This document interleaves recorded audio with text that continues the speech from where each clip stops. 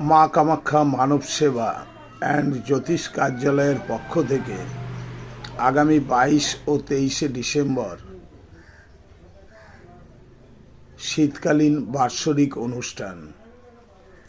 এই অনুষ্ঠানে অতিথি সংবর্ধনা এবং অ্যাওয়ার্ড বিতরণ, সার্টিফিকেট সমেত এবং